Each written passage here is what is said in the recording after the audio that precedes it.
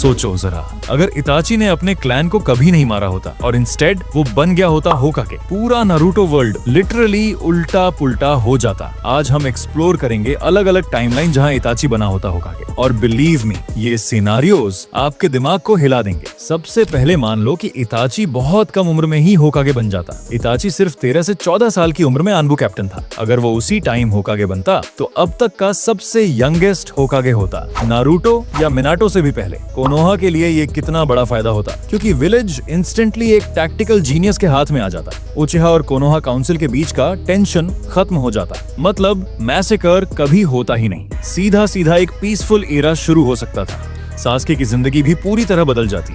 वो कभी रिवेंज के रास्ते पर नहीं जाता। हो सकता है वो खुद इताची का राइट हैंड बन जाता, यानी विलेज के लिए लॉयल प्रोटेक्टर। अब सोचो, अगर इताची अकात्सुकी वाले टाइम में होकागे बनता तो अकात्सुकी की पूरी फॉर्मेशन ही कोलैप्स हो जाती, क्योंकि इताची पहले से ही उनकी हर चाल समझने वाला इंसान था। पेन, ओबिटो और बाकी मेंबर्स, ये सब कभी ताकतवर बन ही नहीं पाते। नारुतो को भी बचपन से एक काल्म और इंटेलिजेंट मेंटर मिलता, मतलब डायरेक्ट ट्रेनिंग इताची से।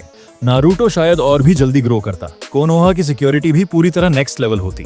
शारिंगान प्लस इताची की इंटेलिजेंस, यानी 0 सरप्राइज अटैक्स। 9 टेल्स का अटैक कभी होता ही नहीं। अब कंपेयर करते हैं बाकी होकागे से। हाशिरामा के पास था रॉ पावर और कैरिज्मा। मिनाटो था फास्टेस्ट और सैक्रिफिशियल। हिरुजेन के पास थी विजडम लेकिन कमजोर डिसीजंस। और इताची काम स्ट्रैटेजिस्ट, इनसेन गेंजुत्सु पावर्स। वो शायद सबसे बैलेंस्ड होकागे बनता।